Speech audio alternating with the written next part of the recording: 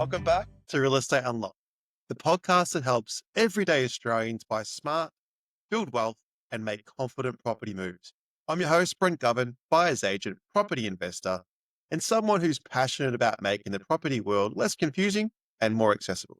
Today, we're unpacking a topic that sparks a lot of questions: positive versus negative gearing. What do these terms actually mean, and which one is better for you? Let's break it down.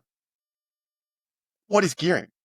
Let's start with the basics. Gearing simply means borrowing money to invest. When we talk about positive or negative gearing, we're talking about whether the property puts money in your pocket each month or it takes it out each month. Positive gearing means your rental income covers all the expenses, including the mortgage repayment, and leaves you with a profit.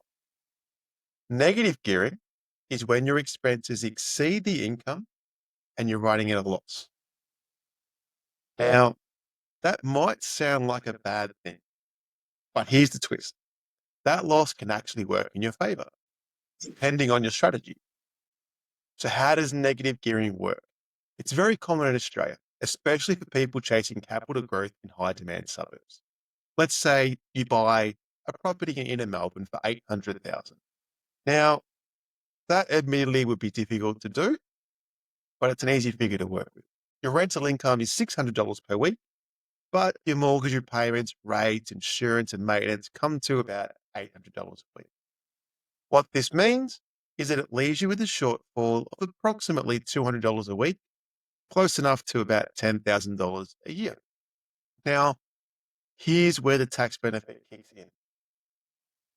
That $10,000 shortfall can be claimed as a deduction against your other income, like your salary. There is also likely to be other tax deductions associated with the investment property you purchased, such as depreciation. So you would likely get a building surveyor to get you a depreciation schedule. This outlines for your tax accountants exactly what tax breaks you get, such as depreciation of your building. What this means, it might translate, for example, to $6,000 per year that you have as a further tax deduction. So your 10,000 shortfall plus your 6,000 deduction, if you add it together, $16,000. So what happens is you take this off your salary. So if you earned $100,000 as a salary and you take this 16,000 off, that would equal 74,000. What this means is you get taxed on $74,000 as if you're earning $74,000 rather than 90,000. Now this will save you approximately $5,000 in tax.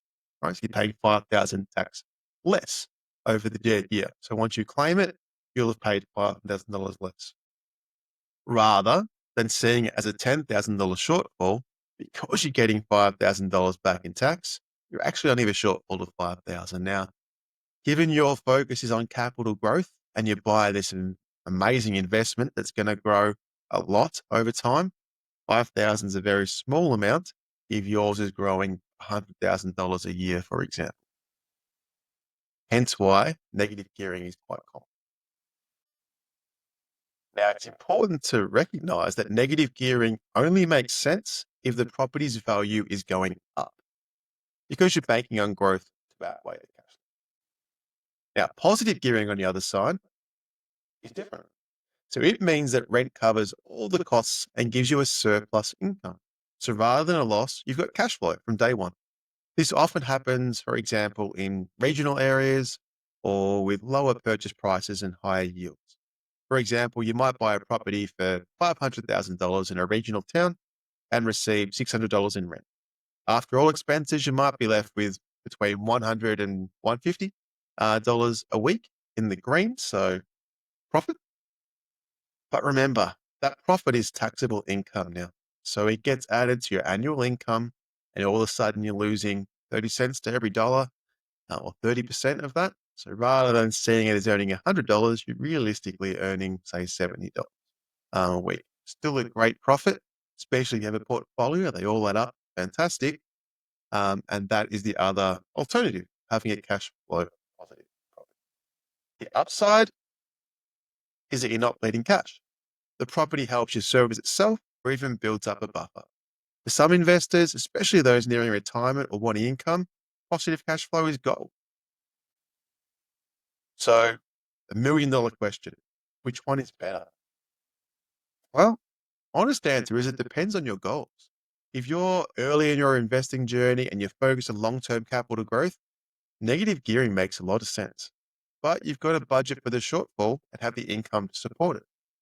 If you're after immediate cash flow, maybe to help with lifestyle, offset your mortgage, or prepare for retirement, positive gearing is a great fit. The real win is finding properties that offer a balance, neutrally geared, slightly positive or slightly negative, with growth potential. That's where I help a lot of my clients make smart moves that align with their goals. Remember, tax benefits should never be the reason to buy a property. They're a bonus, not a strategy. So here's a few takeaway tips. Run the numbers honestly. Don't guess. Use real figures for rent, expenses, and lending. Think beyond tax. Negative gearing helps offset tax, but only works if the property grows. Consider your stage of life. Young investors may tolerate shortfall, others may prefer steady income. Diversify your portfolio. One strategy might work now, another might work later. Hope that's been helpful and been a great explanation for you. And that's it for today's episode on Real Estate Unlocked. If you're wondering which strategy suits your situation best, I'd love to help. Reach out anytime. Let's talk about building a plan that works for you. If you enjoyed this episode, please hit follow, share it with a mate, and leave a review. It helps others find the show. And until next time, I'm Brent Govan, and this is Real Estate Unlocked, where smart property decisions get made. No, I am not a financial advisor. Not financial advice. This is based around investment strategy, helping you buy with more confidence and helping you build wealth through property. Brent Govan, buyer's agent at Govan Pro.